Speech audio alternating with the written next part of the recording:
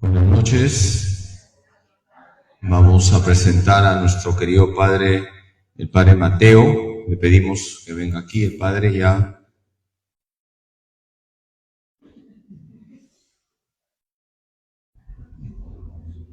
Empecemos con una oración en el nombre del Padre, y del Hijo, y del Espíritu Santo. Amén.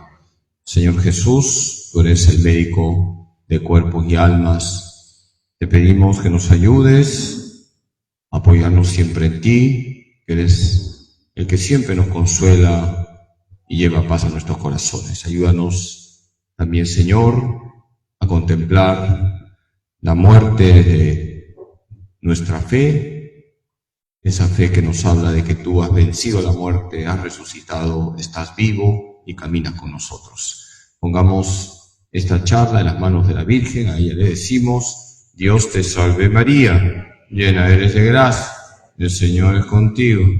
Bendita tú eres entre todas las mujeres, y bendito es el fruto de tu vientre, Jesús. Santa María, Madre de Dios, ruega por nosotros pecadores, ahora y en la hora de nuestra muerte. Amén. Gloria al Padre, y al Hijo, y al Espíritu Santo, como era en el principio, ahora y siempre, por los siglos de los siglos. Amén. En el nombre del Padre, y del Hijo, y del Espíritu Santo. Amén. Pueden sentarse, queridos hermanos. Vamos a presentar al padre Mateo Bautista.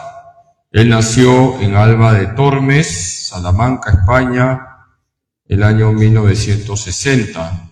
Es religioso sacerdote de la Orden de San Camilo. Es licenciado en Teología Moral y en Teología Espiritual y especialista en Pastoral de la Salud. Y es autor de más de 60 libros en diversas temáticas.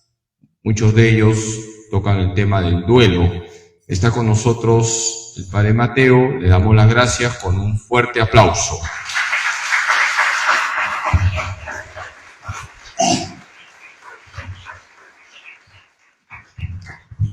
Gracias, padre Carlos. Buenas noches. Gracias por invitarme, por participar. Un saludo también a los coordinadores del Grupo Resurrección de la Pastoral del Duelo. Pastoral del Duelo. ¿Cómo afrontar la muerte de un ser querido? Precisamente en los evangelios de este día y de mañana estamos leyendo el evangelio según San Marcos. Estamos en el capítulo 5 y mañana es el relato del evangelio de la hemorroísa. ¿Recuerdan? Esta mujer que venía padeciendo durante más de 12 años con hemorragias. Con solo tocar el borde me sanaré. Pero este evangelio está metido dentro de otro. ¿Por qué? Porque al Señor Jesús lo van a buscar. Y lo va a buscar un papá, un padre, que se llamaba Jairo. ¿Recordamos? Y el pobre venía muy triste, muy apenado. ¿Por qué? Estaba muy grave, se estaba muriendo. ¿Y qué es lo que le pide como buen padre? ¿Qué no hará una madre o un padre por sus hijos enfermos? ¿Verdad? ¿Qué no hará? ¿Y a quién no buscará? Ayuda por todos sitios. Y lo fue a buscar. ¿Y qué hizo Jesús? Se fue con él a su casa. Es la pastoral del duelo a domicilio. Pastoral del duelo. ¿Por qué? Y ahí cuando van por el camino es cuando se acerca esta mujer con hemorragia. ¿Recuerdan? Y después sigue el evangelio. Y cuando llegan a casa, ¿con qué situación se encuentran? Que ya la niña había muerto. Cuando muere un hijo, muere la carne y la sangre del padre y de la madre. Es como le dejan un hueco vacío en las entrañas. Además, un hijo es el futuro, las perspectivas, ¿no? ¿Y qué encontró el Señor Jesús en la casa? ¿Qué encontró? ¿Cómo estaba allí la gente? Llorando, gritando. ¿Es una manera buena de ayudar? ¿Es una buena manera de apoyar? O en ese momento necesitamos una presencia serena, incluso silenciosa, prudente, y que además dé esperanza. ¿Qué tenemos que llevar a un velatorio? ¿Desesperación o esperanza? Esperanza. Y por eso Jesús, ¿qué les pide? ¿Qué les dice? Que se salgan de la habitación. Y ahí viene el milagro. Y se lo dio, la levantó a los padres. Después, si nos vamos al Evangelio de San Lucas, capítulo 7, vemos que Jesús se va acercando a un pequeño pueblo, Naín. ¿Recordamos? ¿Y con qué se encuentra el Señor Jesús? Un entierro. ¿Y a quién estaban enterrando? Al hijo único de una viuda. Es decir, había muerto marido y ahora el hijo único. Qué desgracia, ¿no? Y todos del pueblo la iban acompañando. Qué importante es ese acompañar, ¿no? En los momentos. Y ahí el Señor Jesús lo toca, lo levanta, le da vida y miren la expresión. Y se lo dio a su madre. Porque Dios nunca quita, siempre da. Ojo con esta frase. Dios nunca quita, siempre. Dios nunca quita, siempre recibe.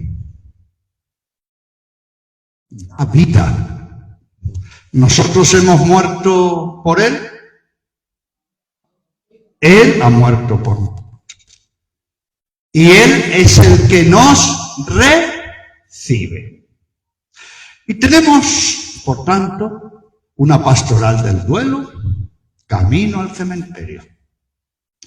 Pero si nos vamos al Evangelio de San Juan, capítulo 11, nos encontramos con otro relato muy sorprendente, donde el Señor Jesús, ¿qué hace?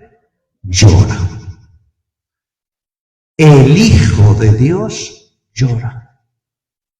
Dios llora. ¿Y por quién llora Jesús? Por un amigo que se llamaba Jairo. Llora. Llora. Y nos encontramos también con otra escena donde Jesús llora. ¿La recuerdan? Cuando ve a Jerusalén. ¿Y qué le va a pasar a Jerusalén poco después de la muerte de Jesús? Va a ser destruida. El emperador, el general Vespasiano, tiempo de Nerón, le ordena que haga el asalto y conquiste Jerusalén. Nerón termina su imperio fatal, Vespasiano pasa a ser emperador y su hijo Tito, el asedio de la ciudad. Y además, ¿qué pasa con el gran templo? Destruido y quemado. Jesús llora ante tanta desgracia y ante tanta muerte. Y nos encontramos con otra escena muy propia de esto que llamamos pastoral del duelo. ¿Cuál es? Capítulo 24 del Evangelio de Lucas. ¿Quién es el que había muerto ahí? Jesús. ¿Y qué había pasado con sus discípulos? Pasen aquí delante también. ¿Qué había pasado con sus discípulos cuando él muere? Y además, ¿qué dijeron? Si esto nos ha pasado al maestro.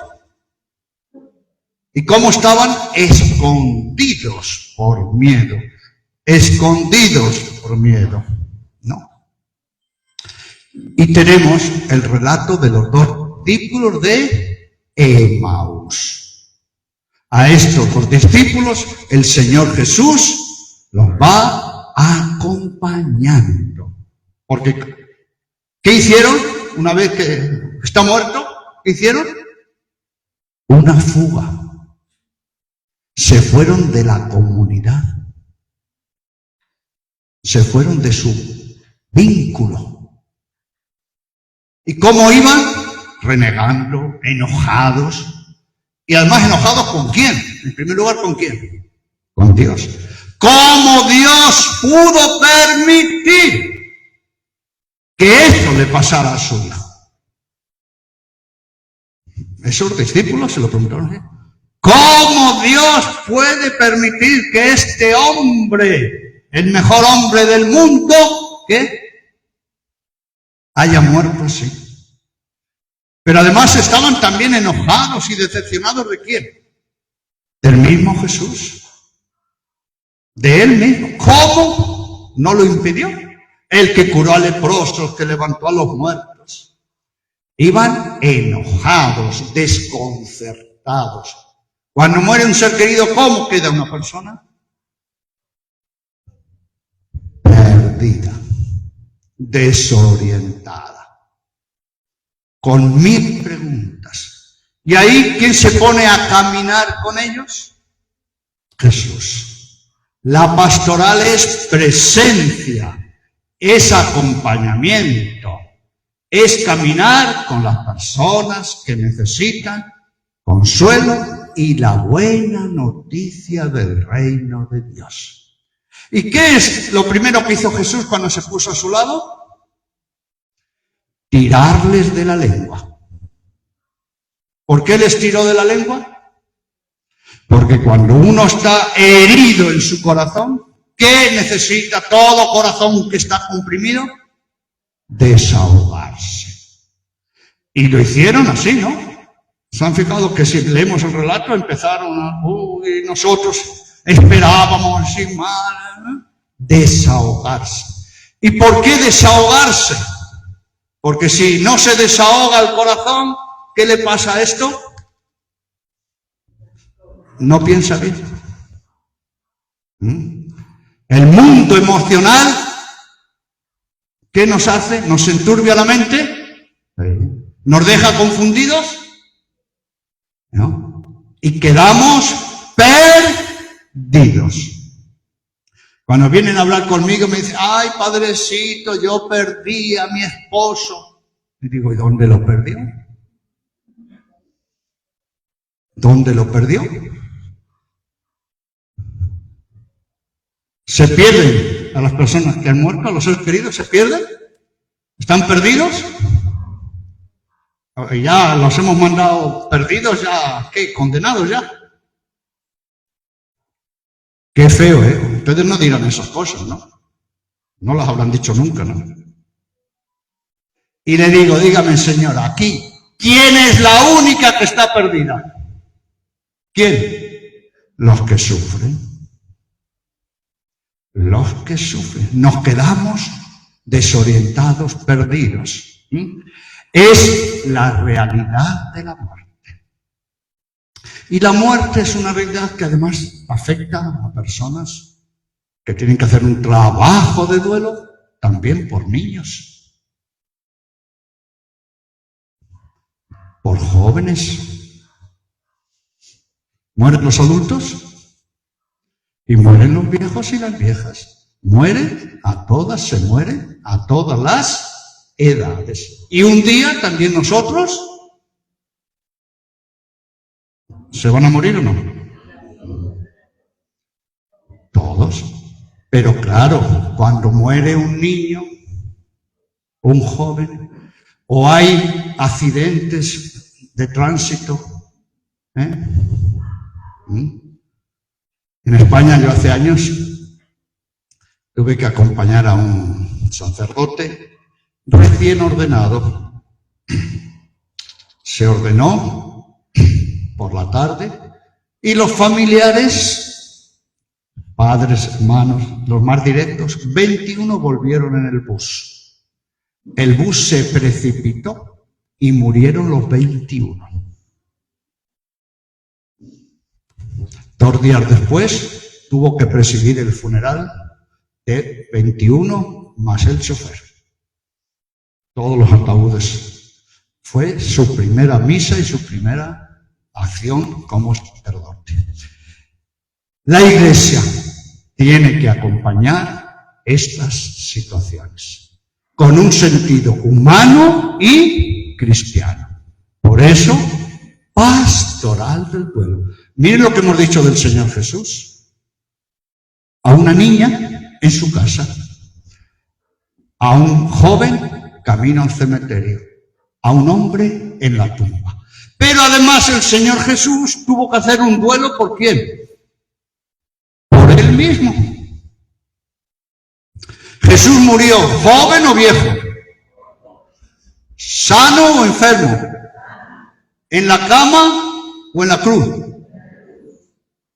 Joven, sano, torturado, fue desnudado, coronado de espinas, torturado.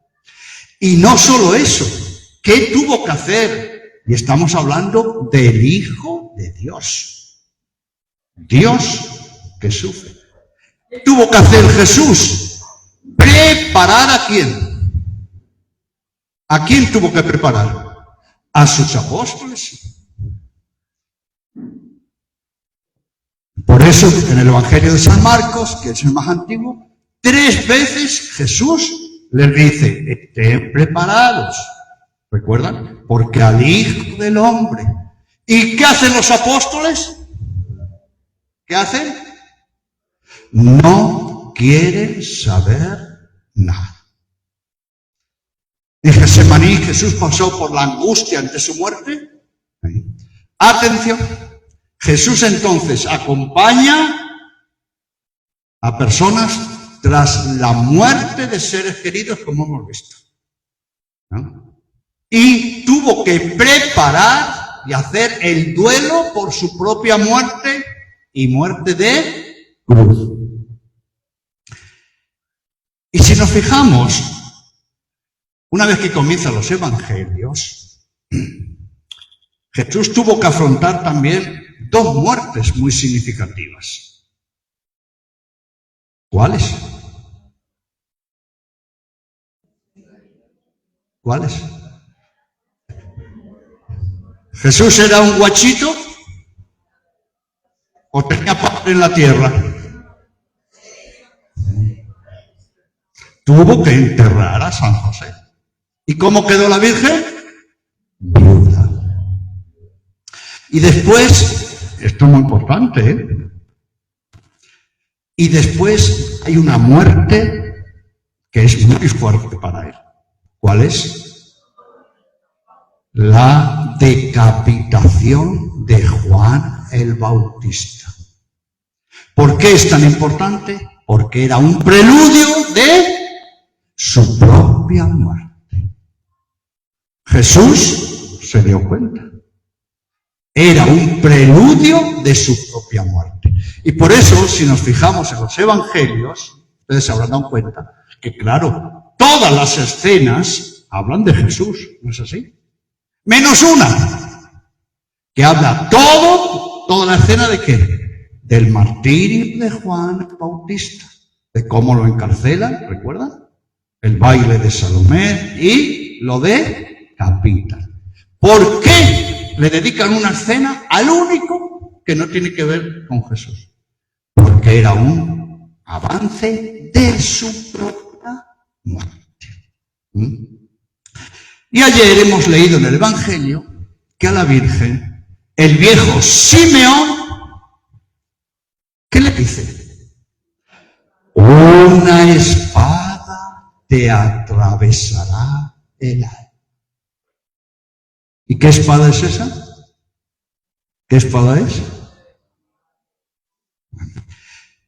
La vida y la muerte. El Señor Jesús afronta la muerte de sus seres queridos. Tiene una sensibilidad especialísima.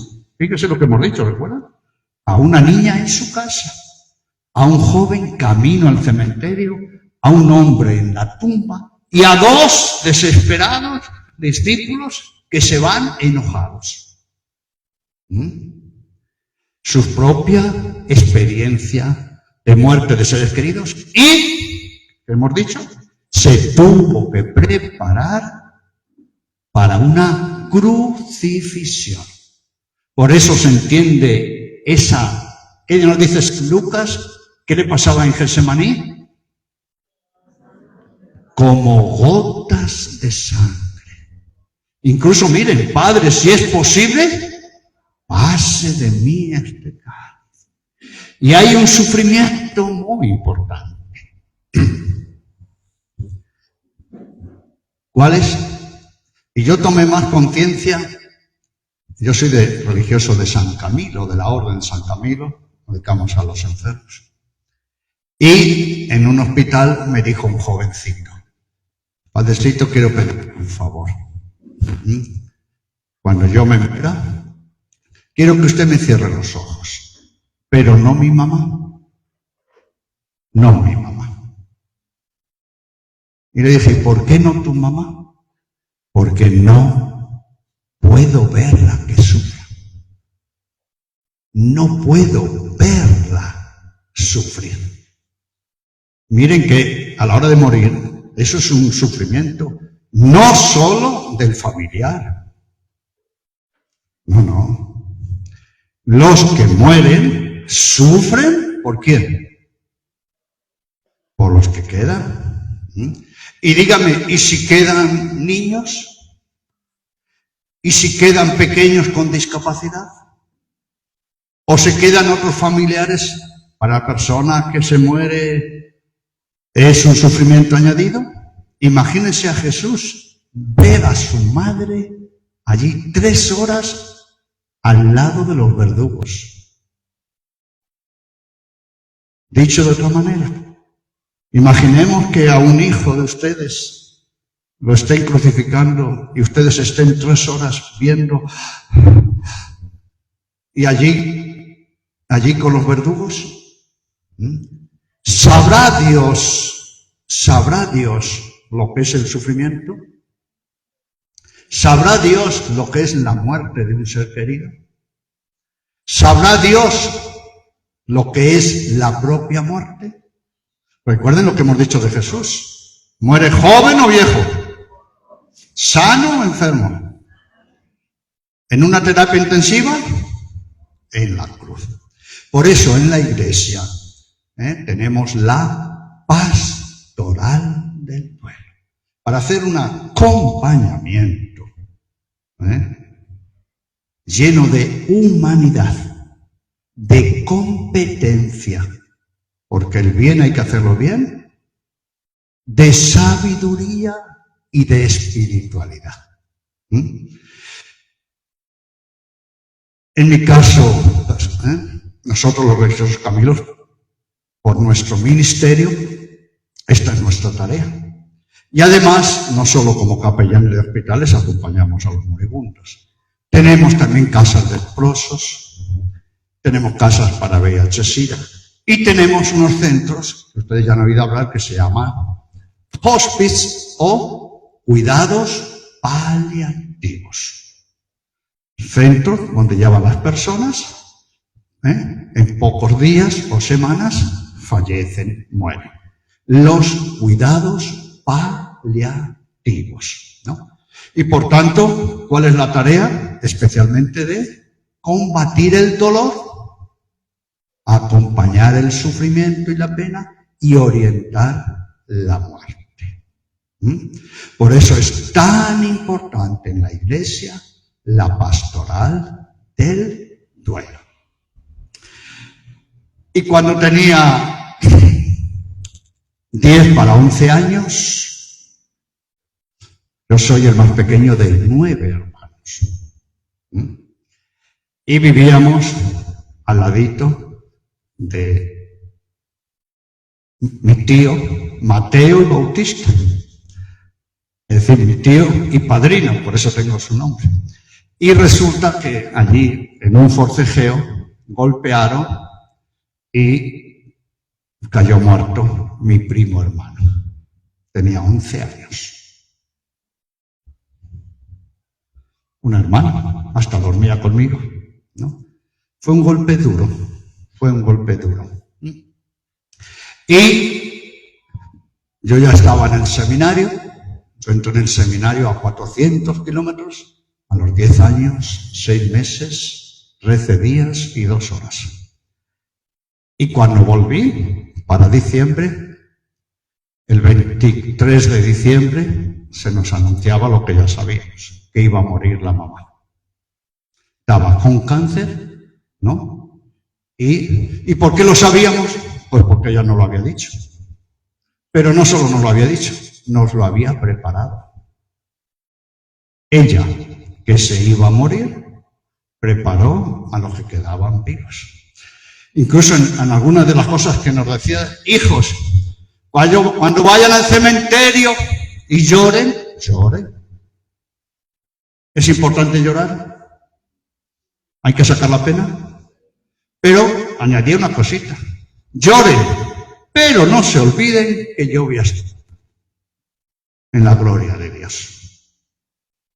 ¿Qué les parece? Lloren, pero no se olviden que por la gracia de Dios yo voy a estar con Él. Como diciendo, ustedes lloren, pero cuando lloren piensen en quién. En su mamá, que está ¿dónde? ¿Con quién? ¿Cómo? Fue la mejor maestra de pastoral del duelo que he tenido toda mi vida.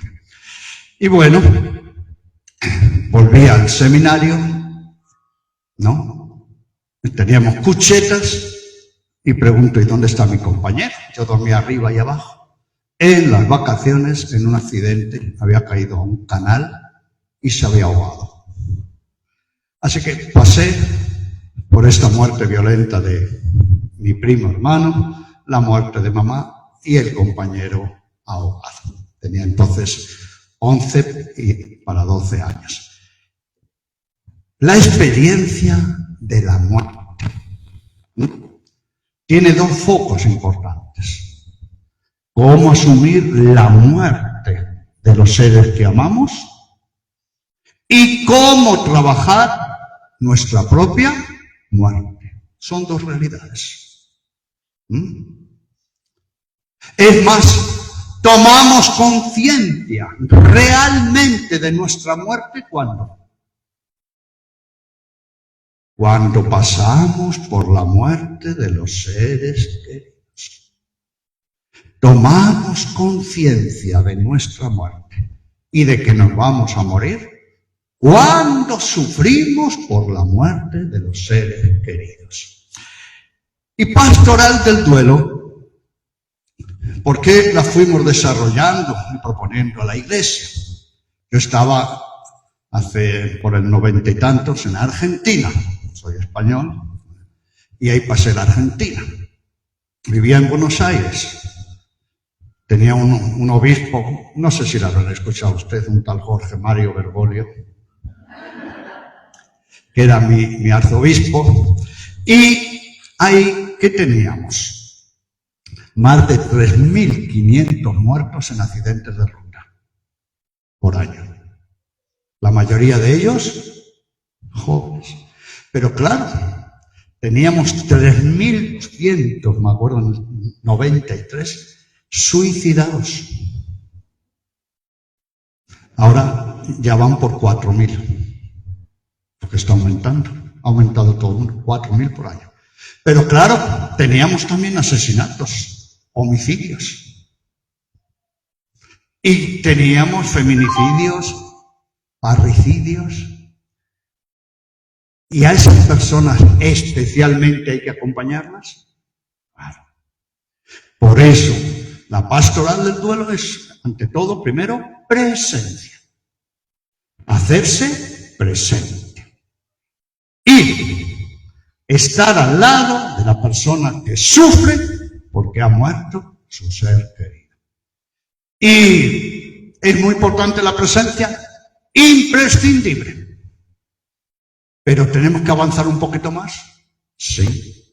¿Por qué? Porque hacemos ese acompañamiento, están los velatorios, hacemos las exequias, ¿no es así? El entierro, pero lo que viene después. Incluso, ¿cuántas veces ustedes habrán escuchado a cabo de meses o incluso de años? Ahora yo estoy peor que el primer día. ¿Verdad que lo han escuchado? O incluso lo han experimentado ustedes. Y cada día que pasa, ¿qué se va notando más? La extrañeza. ¿No es así? La añoranza. Y claro, en esos días están todos con nosotros. ¿Verdad? Están todos con las personas, con los familiares. Pero van pasando los días, ¿y qué pasa? Pues la gente va a sus tareas, los familiares en sus ambientes, y comienza uno de los síntomas más fuertes del sufrimiento, la soledad, el aislamiento. ¿Y por qué? Y permítame también aquí una pequeña reflexión antes de que digamos cómo procedemos. Porque a la hora de hablar de la pastoral del duelo, tenemos tres realidades. Hay que afrontar tres realidades. La vida, la muerte y el amor. La vida, la muerte y el amor. Cuando hablamos de este acompañamiento en el tiempo, nosotros acompañamos casi, en muchos casos, un año. Claro, porque hay muertes como homicidios, suicidios. No es de la noche a la mañana, ¿verdad? Y además, ¿por qué? Porque tenemos que trabajar estos tres conceptos. La muerte. Muere un ser querido. Y claro, vienen grandes preguntas. Si muere, por ejemplo, joven, ¿qué sentido ha tenido su vida? Este año se va a canonizar a un joven de 15 años. Santo Domingo Sabio, ¿cuántos años tenía? Para 15 años, santo. Nosotros ya que somos lejos y... No sé, con 15 años. Pero él tenía unos padres, tenía unos hermanos, ¿no es así? ¿Y qué sentido? No es normal preguntarse, ¿qué sentido tiene la muerte de un niño? Claro. ¿Para qué fue su vida? Pero ojo, no solo nos preguntamos qué sentido tiene su vida, también nos preguntamos, ¿y qué pasa con una persona que muere? ¿Y murió en gracia o no? Y díganme, cuando se suicida una persona, ¿qué es normal que se pregunte su padre, su madre, sus hermanos? ¿Qué es normal que se pregunte? ¿Se salvará? ¿Es normal? Claro. ¿Qué supone, atención, la muerte para quien muere? ¿Pero qué supone la muerte para los que quedan vivos? ¿Por qué? Porque siempre morimos algo con los que mueren. Siempre que muere un ser querido, muere algo de nosotros con ellos.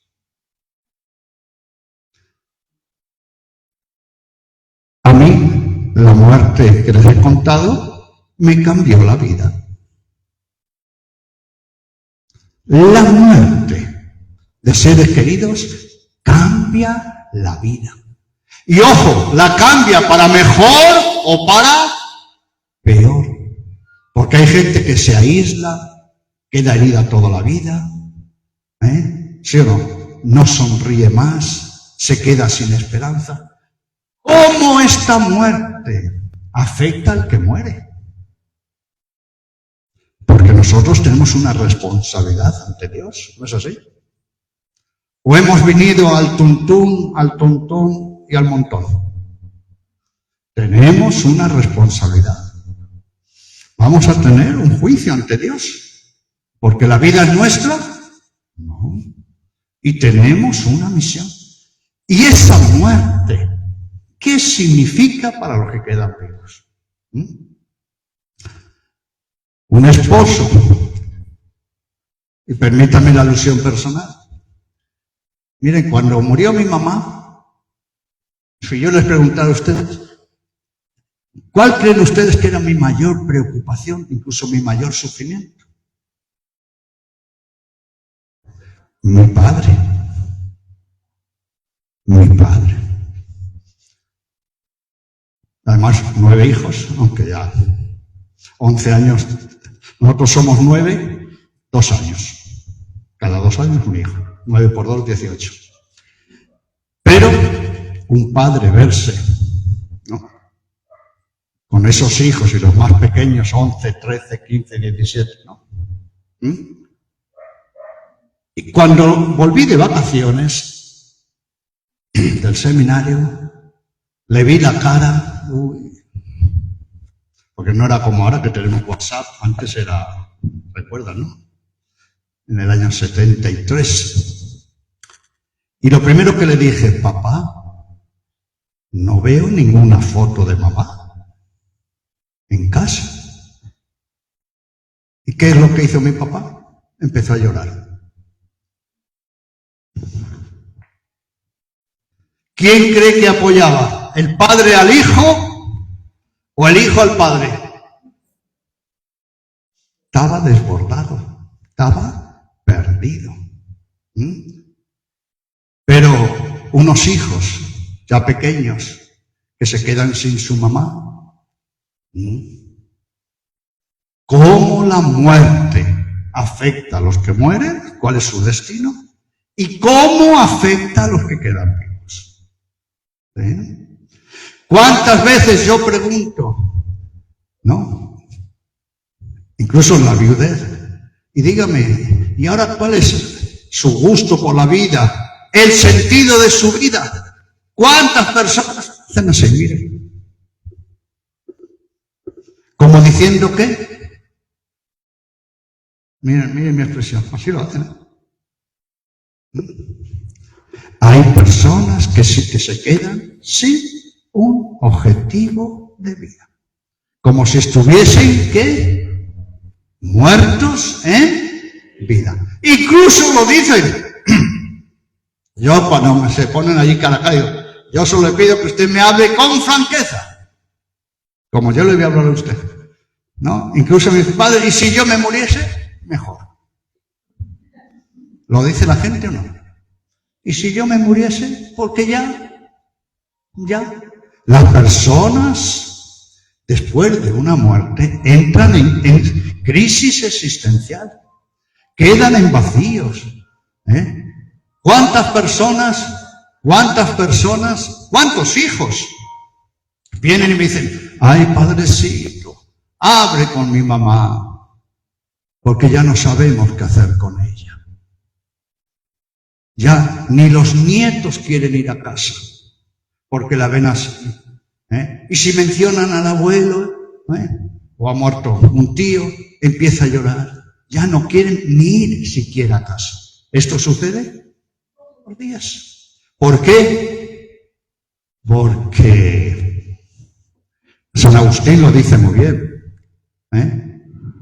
La vida en Dios de los muertos es muerte para Dios.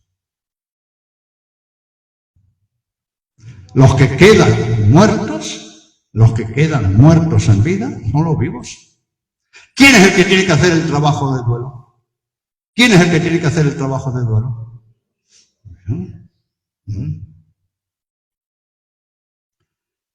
La muerte, afrontar la muerte. Lo que repercute esa muerte en los vivos, porque la vida sigue para adelante.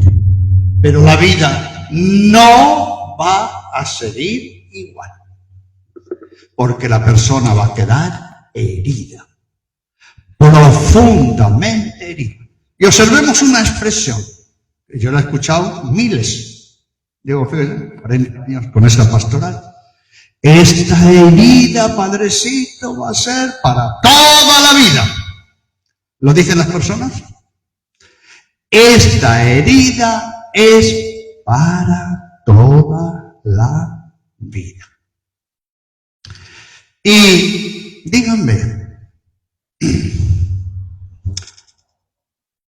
en mi familia yo también he tenido que pasar no hace mucho por la muerte de mi sobrino, que murió con 20 años de muerte súbita, trabajando en el mismo centro de salud, despidiéndose. Y después mi hermana falleció su marido, el hijo y el marido. Y díganme, el sufrimiento, la herida, ¿se nota en la cara? ¿Se nota en los ojos? Basta ver la cara,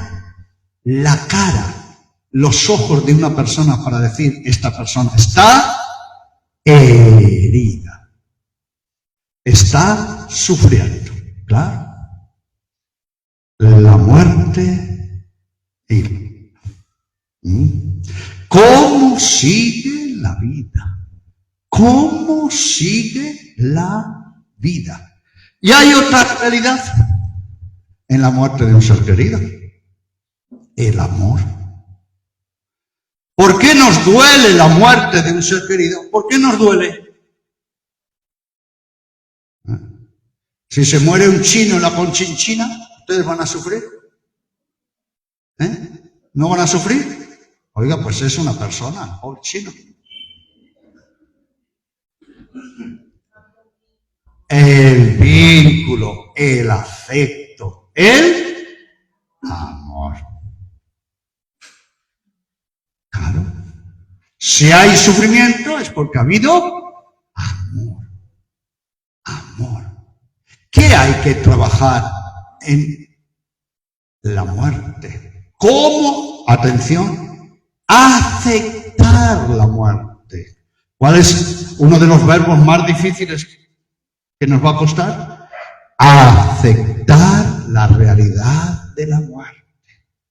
Miren si nos cuesta aceptar la realidad de la muerte, que hasta evitamos decir la palabra muerte.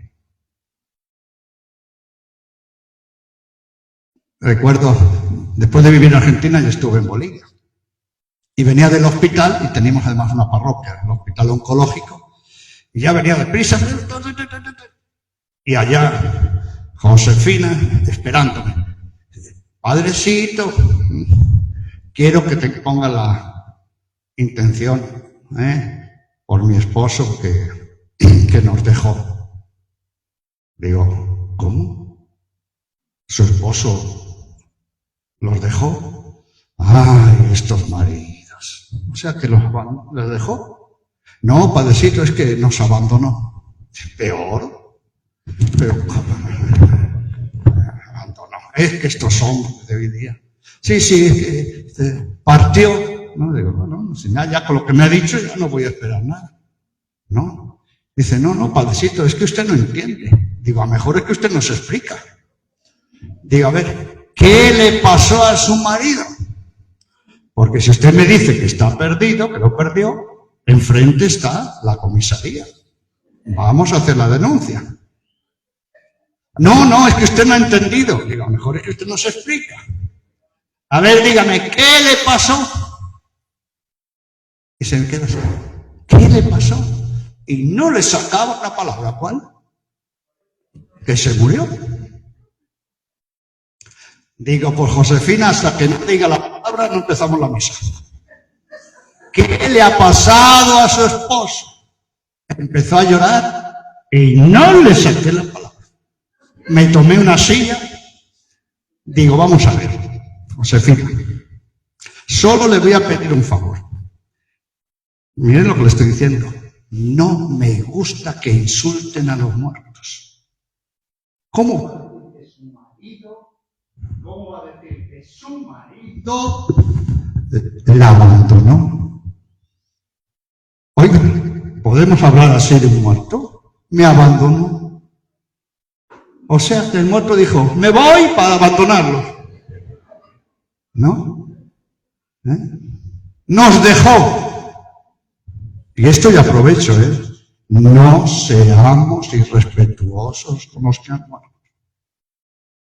No tenemos que tener un respeto al hablar. Los muertos no son unos desgraciados que nos dejan. Los muertos no se van, mueren. Cuando me dejó, cuando me abandonó, hombre, por Dios, tenemos que ser respetuosos, porque en el amor hay respeto. Y menos decir, lo perdí. ¿Están perdidos? ¿Están condenados? ¿Están perdidos? ¿Quién es el que está perdido? Pues en vez de decir yo estoy perdido, perdida, que no sé qué hacer, lo perdí. Además, y yo aprovecho, hay un escrito de consolación. Los antiguos escribieron mucho, claro, para consolar a personas. Y en España, en el 1400 hubo una peste, en una ciudad que se llama Cuenca. Murieron. Y de un famoso escritor Villena, Enrique Villena, recuerden que se escribió en aquella época por las coplas de Jorge Manrique a la muerte de su padre. Y su administrador murió, la esposa, los 3 hijos, su padre, su madre, una peste. Y están mencionados. Y le pidió un escrito de consolación, unas palabras de consolación, ¿no? Y le dice, porque he perdido tantos. Y Villena le dijo, mira, en primer lugar, no digas perdido, porque es como decir que están fuera de Dios o que están condenados. No, nosotros los cristianos sabemos con quién están nuestros seres queridos. Y segundo, 1400, no digas perdido porque no son una propiedad tuya, no son una cosa tuya. ¿No? Es muy importante el lenguaje. ¿Y por qué digo eso? Primero, por un amor respetuoso. Y segundo, porque hay una realidad que va a costar mucho cuando muere un ser querido. El apego. El apego. La extrañeza. El entregarlos. Personalmente, en todos los entierros o en las misas, ¿no? Yo les digo a los familiares, ahora cerrar los ojos y les voy a pedir que entreguen a sus seres queridos a Dios.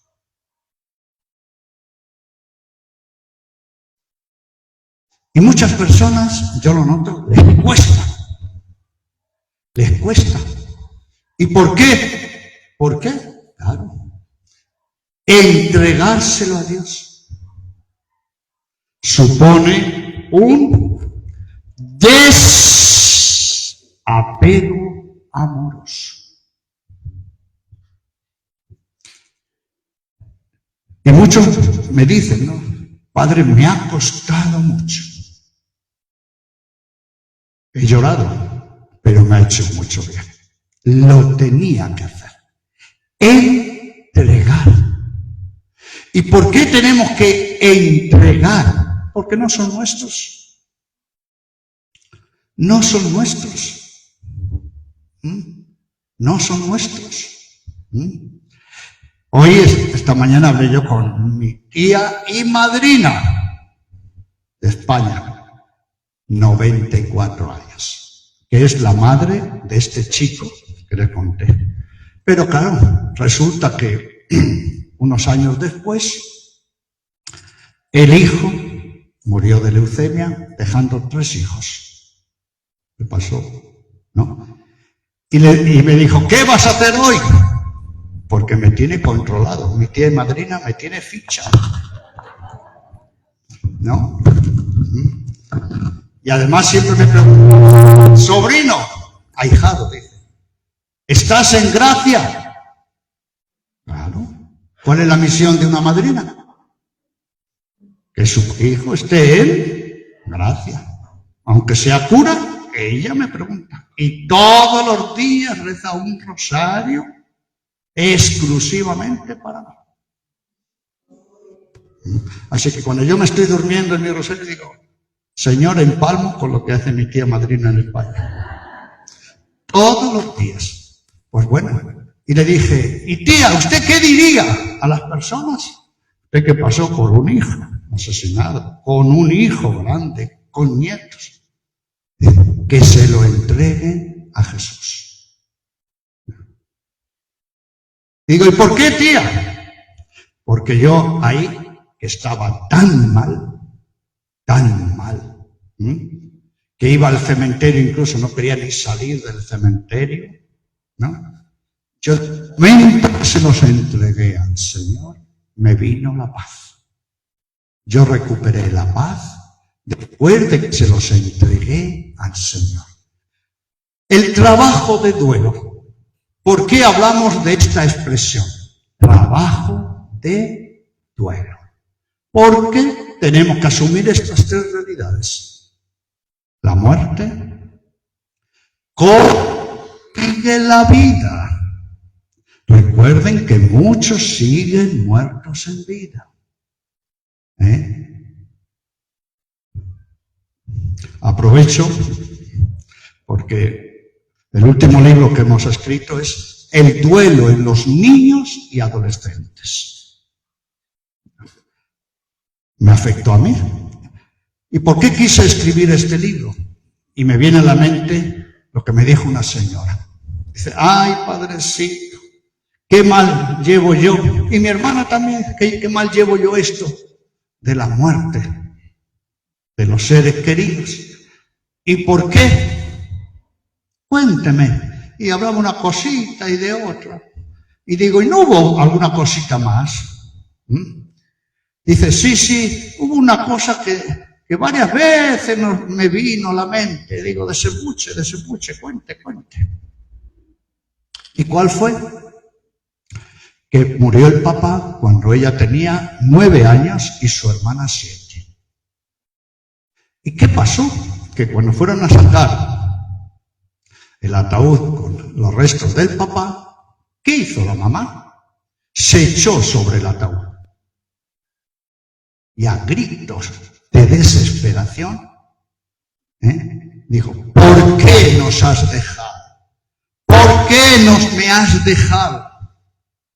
Me quiero morir contigo. ¿Quién escuchó eso? Y en uno de los momentos me dijo la señora, y padre, créame, en realidad mi madre vivió para un muerto y murió para 2 hijas vivas. ¿Por qué? Porque cuando mueren seres queridos, no solo sufrimos nosotros. ¿Quién sufre? Todos los demás. Y un hijo que ve que ha muerto, por ejemplo, su mamá o su papá, y lo ve sufriendo y triste y sin ilusión, ¿qué le provoca eso a la criatura? ¿Qué le provoca? Le va a afectar en su personalidad. Le va a afectar en su carácter. Le va a afectar. Y si además, atención, esa persona entra en crisis espiritual, hasta puede que reniegue de Dios, se aleje de Dios, se vaya de la iglesia, ¿quién va a recibir todos esos efectos negativos? ¿Quién? Los niños.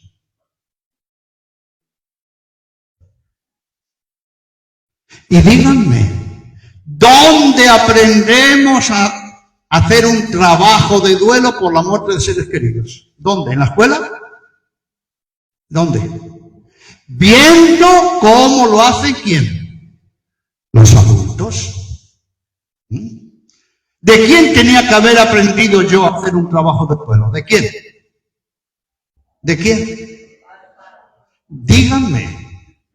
Y mi padre era un santo, ¿Cómo puede ser que mi madre, que era la que se moría, nos preparó a nosotros para su muerte y que nosotros tengamos que estar pendientes del Padre?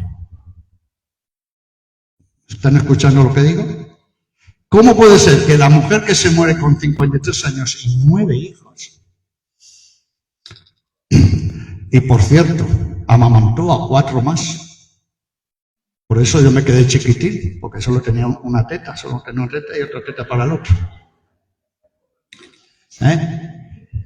¿Quién es el que hace el trabajo de duelo? Los que quedan vivos. ¿Por qué? Porque tienen que aceptar, verbo. ¿Qué verbo? Aceptar la realidad. ¿Y la realidad cómo se llama? Un ser querido ha muerto. ¿Y qué realidad tengo que aceptar? ¿Que la vida se paraliza? ¿No va a salir el sol? ¿La vida sigue? Pero ojo, ¿qué tengo que trabajar? El amor. El amor. Y por eso vamos a hablar en los últimos minutos de lo que llamamos un trabajo de duelo. ¿De qué se encarga la pastoral del duelo? Precisamente de hacer un acompañamiento humano y cristiano.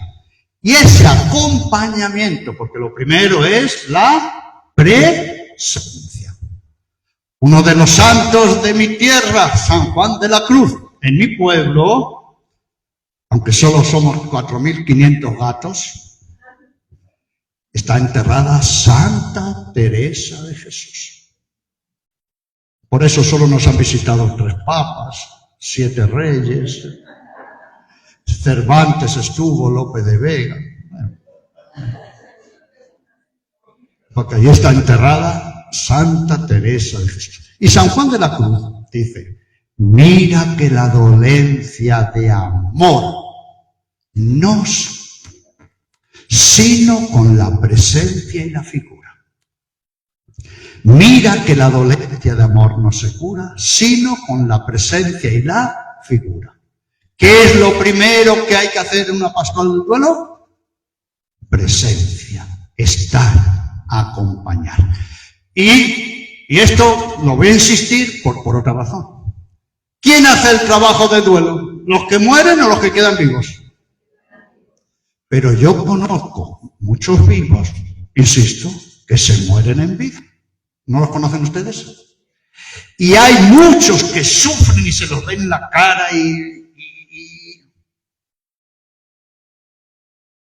que no piden ayuda. ¿Los conocen ustedes? Y hay gente que sufre y no acepta que sufre. ¿Es así? Y hay gente que se le ofrece la ayuda y el acompañamiento y no acepta. ¿Los conocen ustedes? Y después se quejan y lloran. Y a cualquiera que va por allí le cuenta sus penas, ¿no es así? Pero se le ofrece hacer un camino de duelo, un trabajo de duelo y no asiste. ¿Por qué? Porque estamos hablando del sufrimiento, no estamos hablando del dolor. ¡Ay! No. El sufrimiento es la herida interna y yo empiezo a reaccionar. Culpa, me pongo nervioso, inquieto, me aíslo. ¿Es muy frecuente la culpa en una herida? ¿Es muy frecuente? No hace mucho vino una señora y dice, padre, sí, tengo mucha culpa de años. Cuénteme. Murió su esposo. Lo atendió como a un rey. 16 años. 16 años. Y seguía diciendo que tenía culpa. Digo, mire señora, el día que usted se muera le voy a hacer un monumento ahí en ese jardín y le voy a poner 16 años, lo tuvo como un rey y tenía culpa. ¿Pasa eso? Habiendo hecho todo lo que había que hacer, ¿sí o no? Y sin embargo, ¿qué tenemos muchas veces? Culpa. Sí, en el trabajo de duelo tenemos una realidad que se llama sufrimiento. Cuando nosotros somos golpeados por una muerte significativa, ya hemos dicho cómo nos quedamos, perdidos, desorientados. Miren mi mano, ¿cómo nos quedamos? En oscuridad, literalmente perdidos, heridos, herida interna. Y una herida interna que no está en un órgano, porque sufre toda nuestra persona. Y como estamos heridos, necesitamos hacer un trabajo de duelo. La pastoral del duelo es para hacer, a través de un acompañamiento, con una capacitación, ahora vamos a explicar, todo un recorrido, porque hay una herida interna que hay que cicatrizar. Trabajo de duelo. Y por eso les pregunto a ustedes, ¿sufrimiento es lo mismo que duelo? Hoy nos vamos a llevar esta idea clara. No. ¿Sufrimiento qué es? Prestemos atención. Es muy sencillito, pero muy práctico. ¿Sufrimiento qué es? Mi propia reacción ante una herida interna. ¿Qué es el sufrimiento? Recuerda. Mi propia reacción ante una herida interna. Atención. ¿Hay dos personas en el mundo que sufran igual? Pongo un ejemplo fuerte. Muere un hijo. ¿El padre va a sufrir igual que la madre? Pero ni más ni menos, ¿eh? Y ya aprovecho, las mujeres en este tema también tienen que ser un poquito, tener tacto y respeto. Claro, como yo lo tuve 9 meses, como diciendo él, ¿esto se da mucho? ¿No? Y si el marido no sufre de la misma manera, es que parece que no sufre. Pero mujer, ¿esto se da? Nunca comparar el sufrimiento. Muere una mamá. Hay unos hijos. ¿Los hijos van a sufrir igual? ¿Pero sufren menos? No. ¿Por qué? Porque sufrimos según somos. Sufrimos según nuestra personalidad. Sufrimos según nuestros vínculos. Sufrimos. ¿Sí? Sufrimos. Y ese sufrimiento, la reacción de cada uno, es una herida interna que hay que sanar. Por eso, ¿duelo es sinónimo de sufrimiento? No. Sufrimiento es mi personal reacción ante la herida. Fíjese que hay personas que comunican mucho su pena. ¿Y otros qué hacen? Se lo tragan. ¿Sufren menos? No. porque sufrimos según somos. Pero lo que queda claro es que tanto uno como otro, ¿cómo están? Heridos. Heridos. Hay una herida. Esto es muy importante. En la pastoral del duelo, lo primero que se le debe pedir a una persona que sufre es esto. Usted reconozca que está herida. ¿Esto es importante? Oiga, yo conozco gente que se le ve la cara, es que da una pena, y dice, no, estoy bien. Pero hombre, ¿pasa esto o no?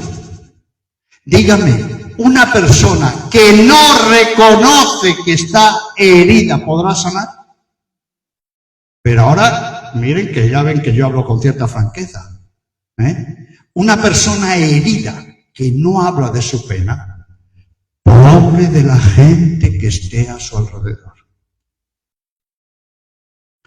Pobre de la gente que esté a su alrededor.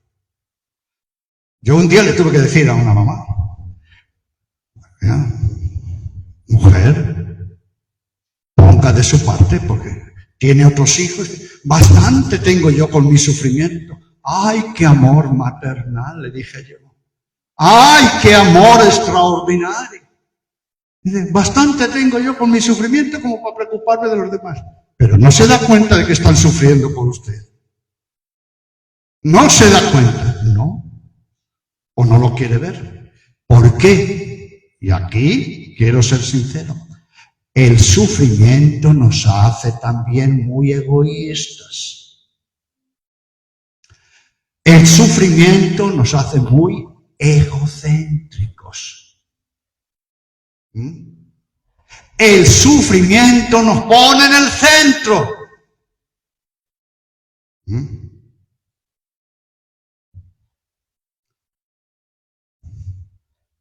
El sufrimiento, parece que somos los únicos que sufrimos. Y ojo, somos tan egocéntricos que a veces pensamos que mi sufrimiento es el mayor del mundo. Pero eso no es lo peor dentro de lo malísimo. ¿Sabe cuál es lo peor? Nadie puede entender mi sufrimiento.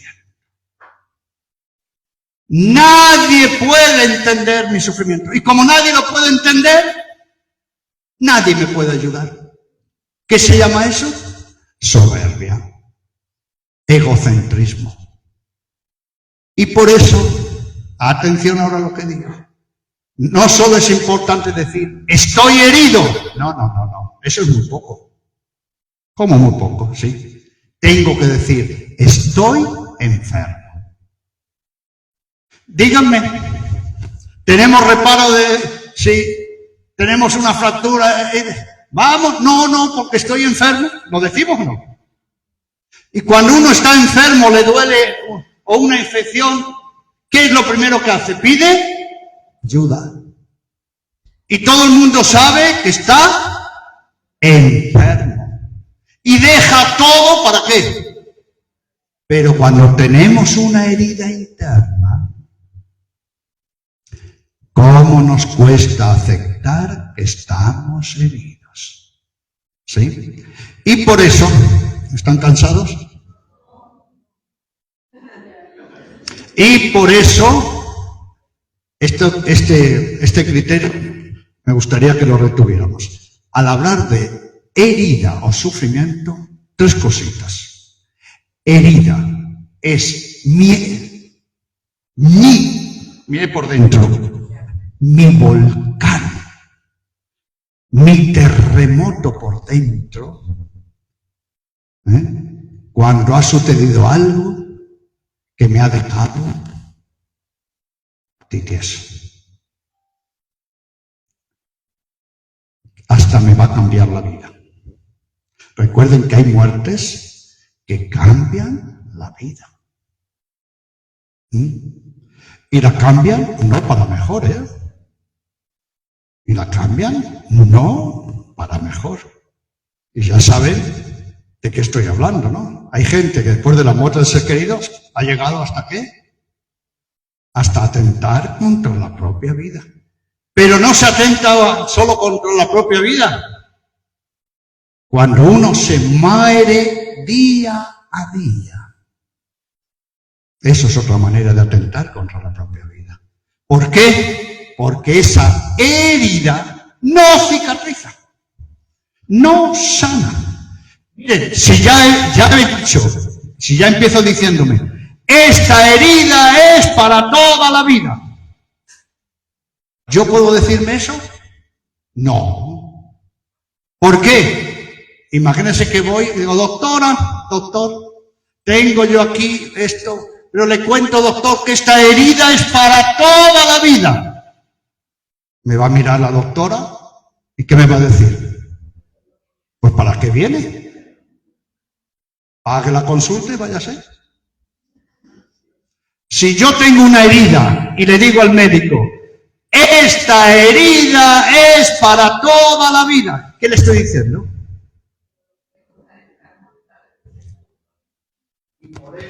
Ahora voy a decir algo fuerte. Y yo no hablo de memoria, he pasado por esto, como hablando, ¿no? Cuando sufrimos, no solo nos hacemos el centro, nos hacemos víctimas. Víctimas. Y no solo nos hacemos víctimas, nos guste o no escucharlo, nos gusta hacernos el centro. Nos gusta dar pena. Nos guste o no escuchar. A todos nos gusta dar pena. Y que todos sepan lo que yo he sufrido. Y si se lo tengo que contar 10 veces, se lo voy a contar aunque no quiera. ¿Somos así o no? ¿Por qué? Porque estamos heridos. Pero, atención, no solo estoy herido, y no me puedo decir esta herida toda la vida, no. He bajado los brazos, ¿sí? Pero hay otro sufrimiento. ¿Cuál es? Lo que llamamos sufrimiento añadido. ¿Qué es el sufrimiento añadido? Pongo un ejemplo con el dolor. Si una persona tiene la cadera rota, y no va al médico y no se cura, ¿qué le va a pasar con ese dolor? Aumenta, puede, consecuencias, se alarga. Si eso nos pasa con un dolor, imagínense con una herida de este tipo, sufrimiento añadido. Pero recuerden que hay el tercero, ¿cuál es? Si yo no trabajo mi herida hasta sanarla, y encima la largo, la prolongo, la van para allá, para allá, para allá. La pobre gente que está a nuestro alrededor. Mire lo que le digo. La pobre gente que está a nuestro alrededor. Es decir, sufrimiento es lo que hago sufrir a los demás cuando yo no hago un buen trabajo de duelo. Conclusión. ¿Qué es duelo? ¿Qué es duelo? ¿Es sinónimo de sufrimiento? No. Duelo en realidad es lo que yo hago conmigo cuando estoy herido para sanar. ¿Qué es duelo? Lo que yo. ¿Lo puede hacer los demás por mí? ¿Me pueden ayudar? ¿Pero lo pueden hacer por mí? Lo que yo hago conmigo, ¿para qué? Para sanar. Pero ojo. Cuando hablamos de estas heridas por la muerte de un ser querido, hay personas que se creen que les estamos diciendo otra cosa. A ver, sanar una herida que es durísima. Y mire lo que hemos dicho. Nadie después de una muerte significativa es el mismo. Para mejor o para peor.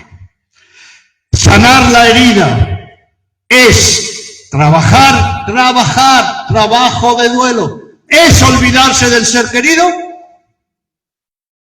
Porque hay gente que le dicen que sanar una herida, creen que es olvidarse. Creen que es olvidarse. Vamos, eso es una aberración. Que es dejar de hablar del ser querido muerto. ¿El trabajo de duelo es para dejar de hablar del ser querido muerto? ¿Es para olvidarlo? ¿Para no recordarlo? No. Para hablar, recordar sanamente. Por cierto, ¿saben cuál es uno de los temores de los niños pequeños? Cuando ha muerto un ser significativo, que no hablen de ellos. Es un temor muy grande. ¿Por qué es un temor? ¿Por qué? Porque temen el olvido. ¿Y por qué? Por cierto, aprovecho, del duelo de los niños tenemos que aprender todos. Todos, especialmente de los adultos. ¿Han visto cómo un niño emplea la palabra morir? ¿Sí? ¿Sí o no? Los niños emplean la palabra morir. Y les digo más, los niños incluso juegan con la muerte para entender a la muerte. ¿Es importante hablar de los seres queridos? Sí. ¿Pero cómo? Con serenidad. Porque si un niño menciona a su ser querido muerto y ve los ojos lagrimeando, ¿qué va a hacer la criatura? Nunca más. Ya le hemos complicado la vida. Seamos sinceros. ¿Quién complica el duelo de los niños? Los adultos.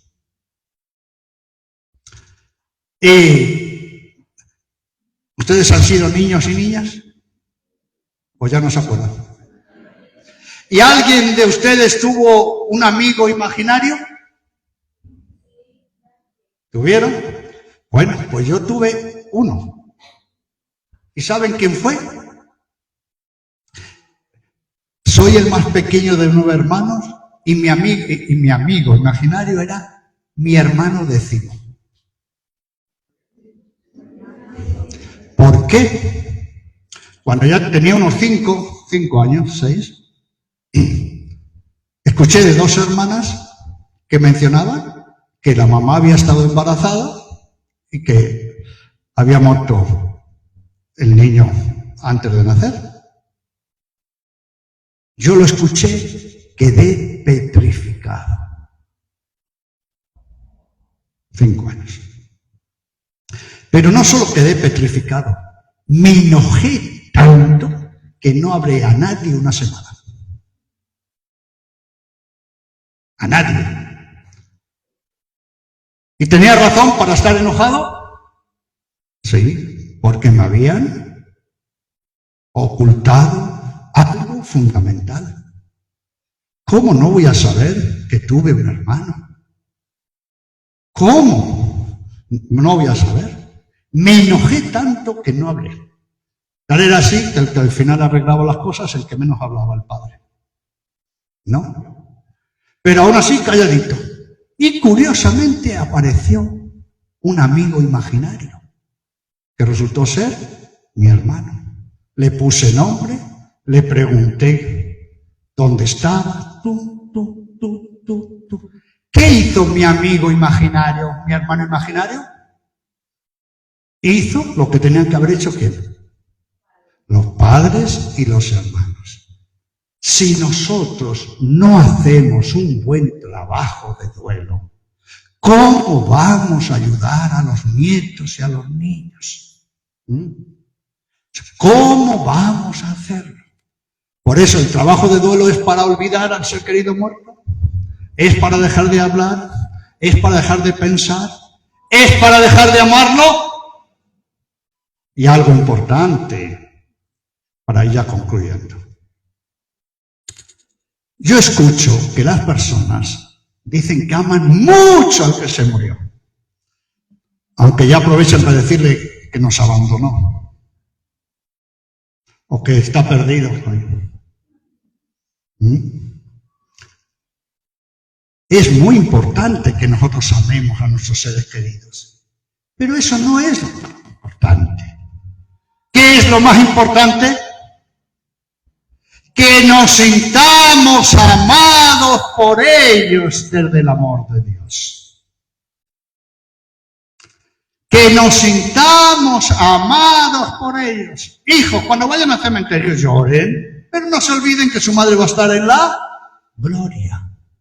La esencial de la vida cristiana.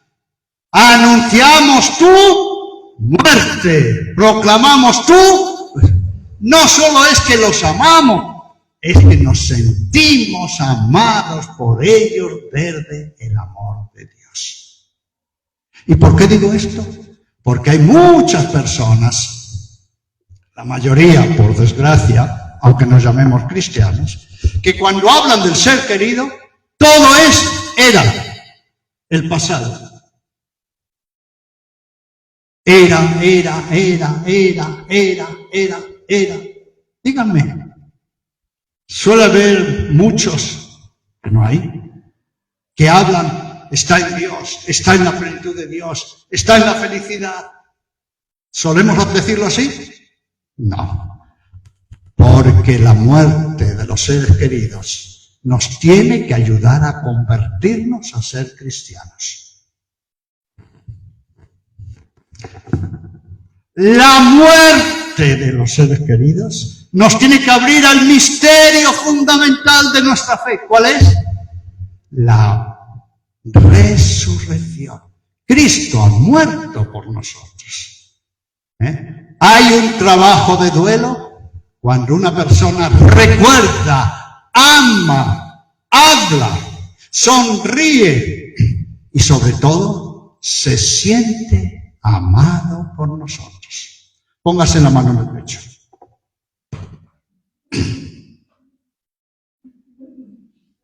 Sinceramente, nuestro amor a ellos,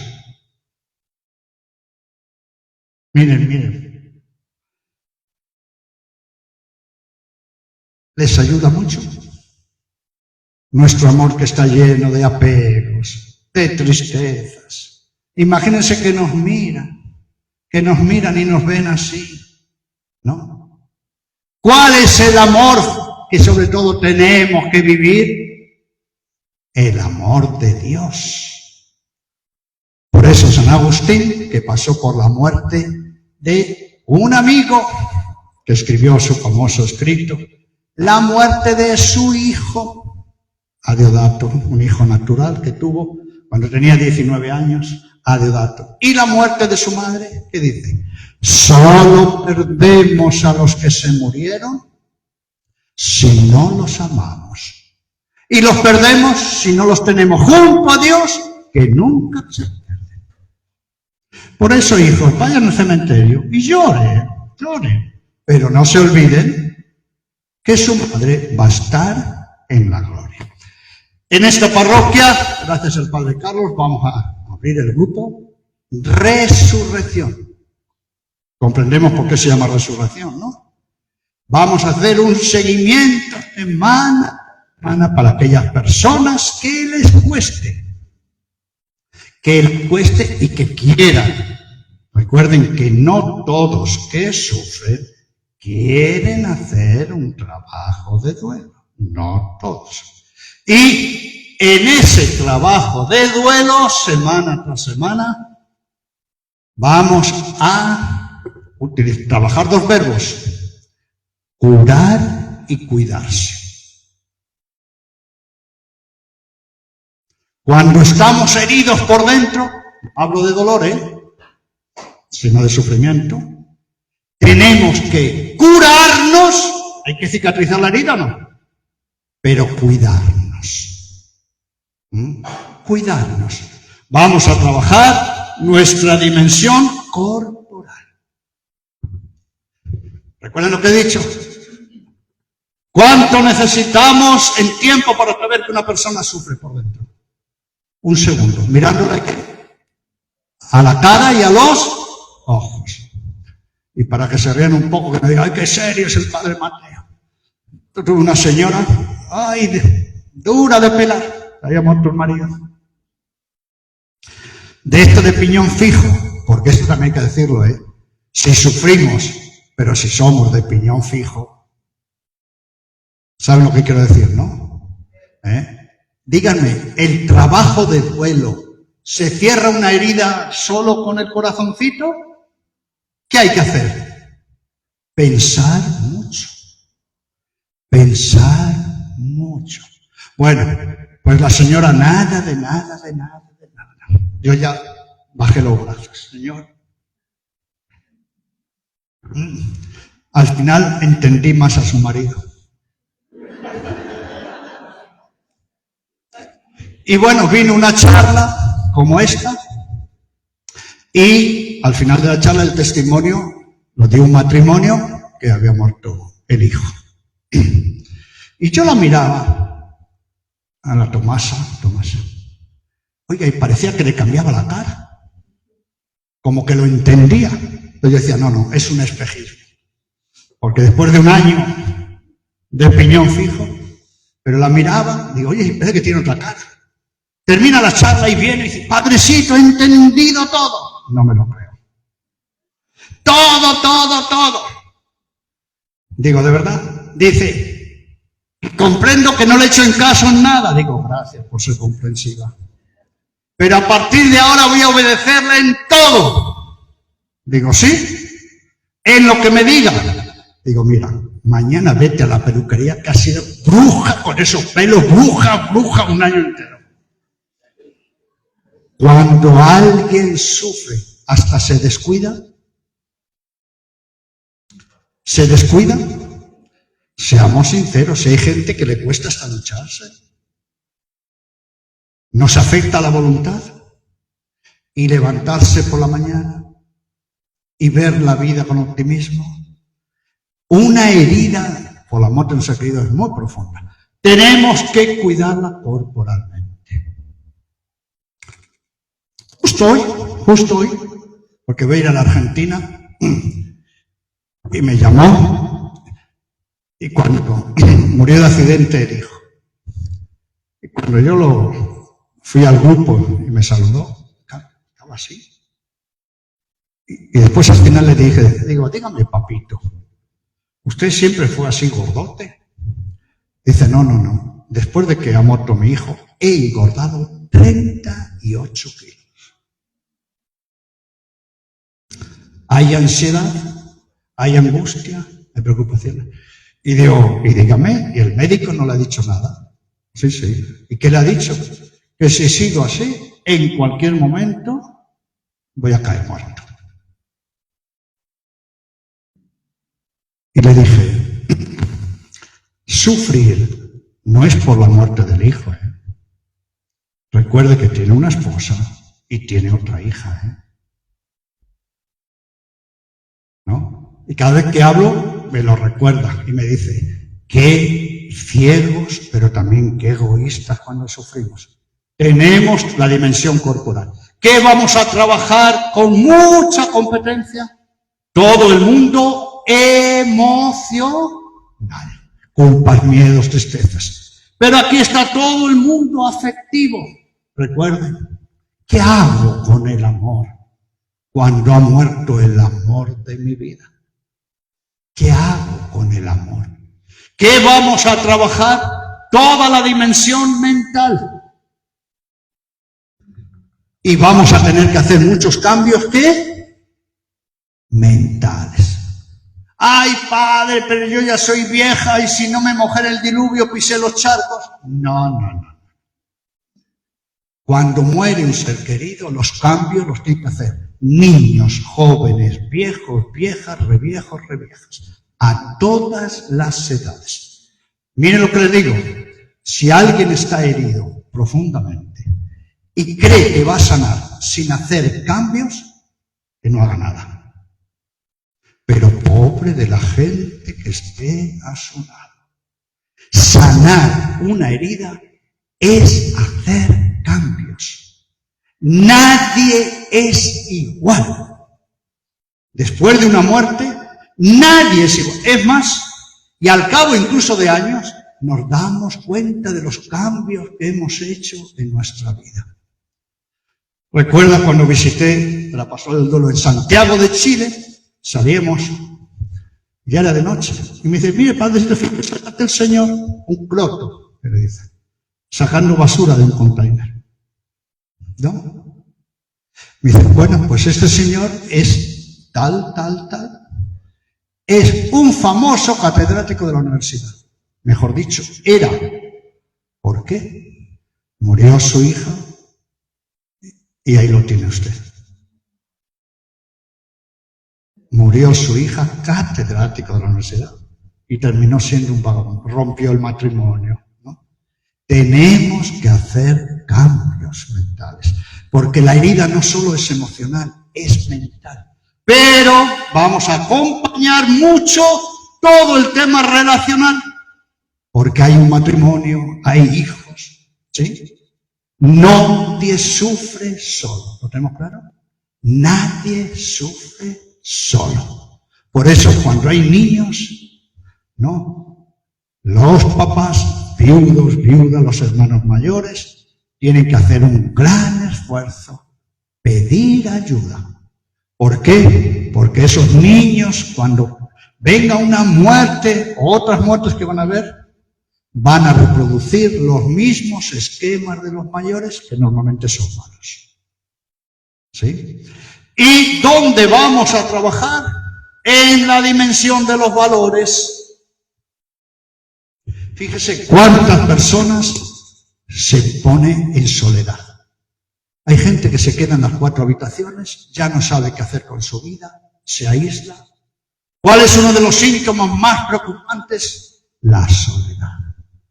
Porque ya no hay gusto por la vida, por actividades. La soledad. Atención, y pregunto, ¿la soledad es la herida? No. Es un síntoma de una herida. ¿Cuál es la herida? Que no he trabajado la muerte de mi ser querido. En los valores. Y sin embargo, tenemos gente que cuando ha muerto un ser querido y ha hecho todo un proceso,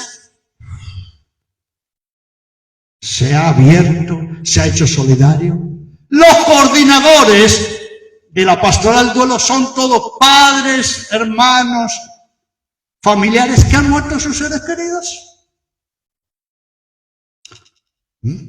Tenemos un coordinador en la Patagonia Argentina, que allí pasaban los trenes, porque ya ni pasan, y la Patagonia es reflejada.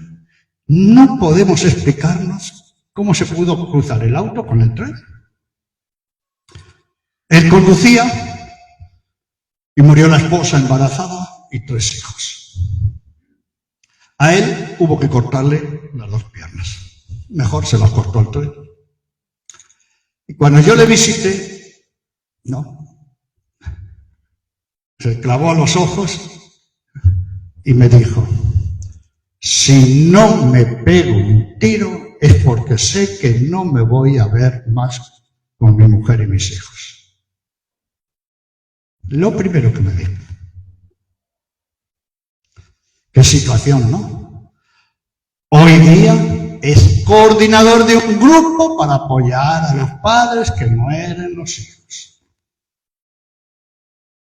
¿Por qué es posible que a alguien que se le muere la esposa embarazada, 3 hijos, ¿no? Y él tiene las ortopédicas esas, y hay otras personas que muere un ser querido, se encierran, se aíslan, se mueren en vida? ¿Es el asunto de la muerte o de cómo yo afronto? Es el trabajo de duelo. ¿Y dónde y cómo vamos a acompañar?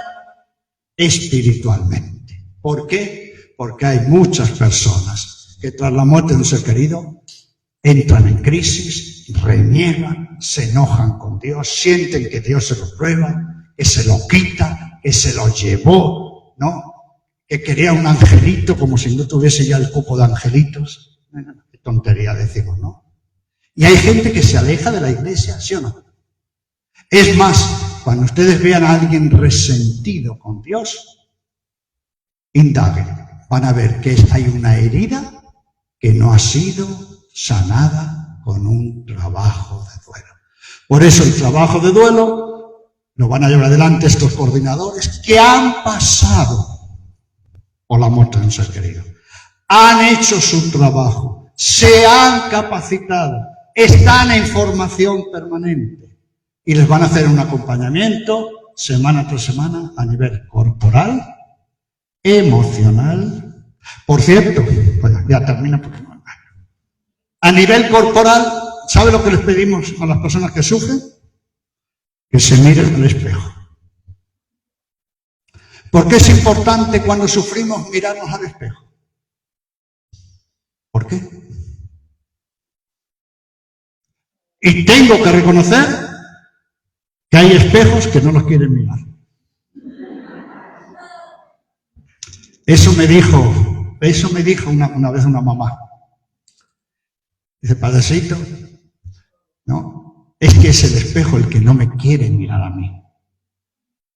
Y digo, ¿por qué? Dice, porque yo no quiero mirarme para no reconocer mi herida.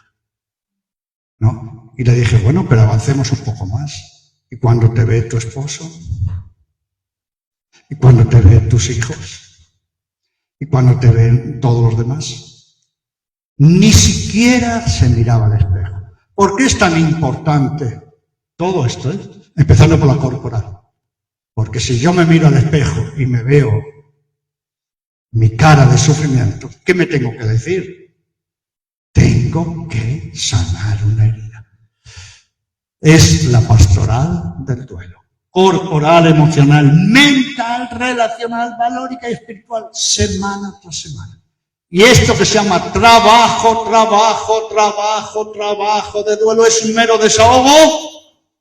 No. ¿Es contar una vez la pena? No. Hay que hacer muchos cambios. Pero que quede claro, ¿el trabajo de duelo es para olvidarse de ser querido muerto? ¿Es para dejar de hablar? ¿Es para dejar de pensar? No. Y les hago una preguntita final. 2. Díganme, si una persona va a morir, y el ideal es que nadie muera sin decir, al menos a una persona, me muero. ¿Han oído bien? Una tortura en esta vida es que alguien que se vaya a morir no pueda decir a una persona, me muero. Eso sí que es duro. Eso sí que es duro. Pero ojo, hermanas y hermanos, si estos temas no los hablamos, si no afrontamos la muerte de seres queridos, si no afrontamos todo esto, cuando nos toque a nosotros morir, no vamos a hacerlo bien. Porque no hemos hecho el trabajo por nuestra propia muerte. Porque hacer el trabajo por la muerte de seres queridos es hacer trabajo de duelo por mi muerte. Pero ojo, hacer el trabajo de duelo por mi muerte es hacer el trabajo de duelo por los demás. Y por eso, díganme, los que se van a morir y pueden hablar, claro que ya aprovecho el Padre Carlos que no les pase lo que nos pasa a veces a los curitas. Entramos en la habitación y dice el familiar, padrecito, no le diga que se va a morir. No le diga que... No, tranquilo. No. Cuando entramos, dígame, el que se va a morir, ¿de qué quiere sobre todo hablar? ¿Del fútbol? ¿De la política? ¿Cuál es su necesidad? ¿Cuál? Pero después, cuando ya terminamos todo, dice, Pachito, un favor, no le diga a mis familiares que me voy a morir. No. Y cuando salimos, se acercan, ¿y qué le ha dicho? Me ha dicho que no les diga, que yo les he dicho que ustedes...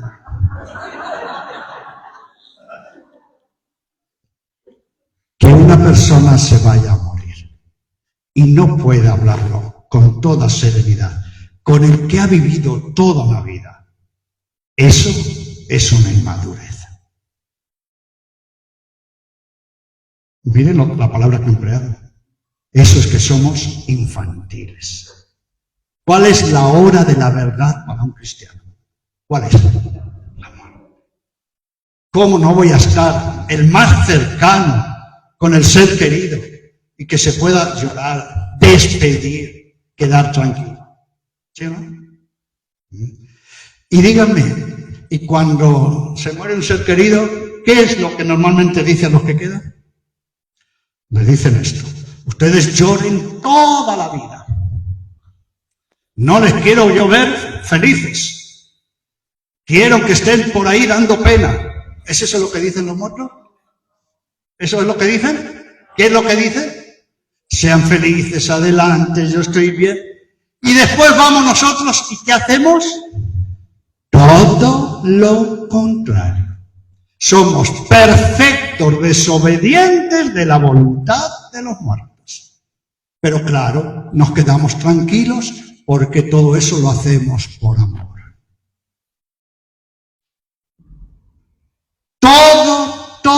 Todo. Y díganme, y admiramos a las personas que hablan de su muerte y mueren serenamente y se despiden. ¿Los admiramos o no? Hagamos nosotros también lo mismo cuando estemos heridos.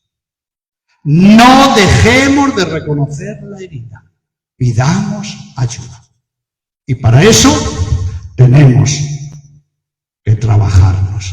Tenemos los recursos comunitarios y tenemos los recursos de la gracia. Y la pregunta final del millón. Ustedes conocen a una mujer que tuvo un solo hijo y que se lo mataron delante de ella. ¿La conocen?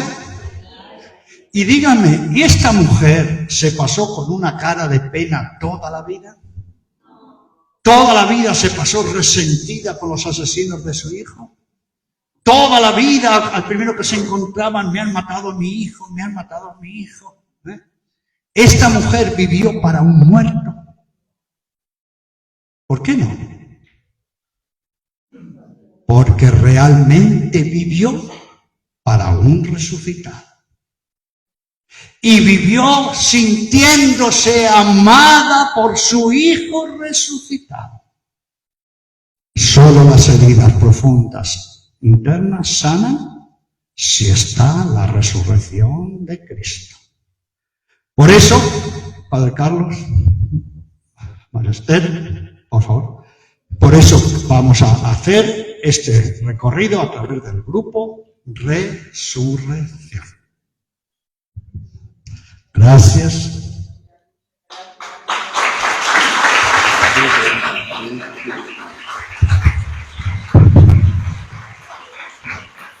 Bueno, agradezco al Padre Mateo por aceptar la invitación que le hice y también por aceptar que comencemos en nuestra parroquia la pastoral del duelo con el grupo Resurrección.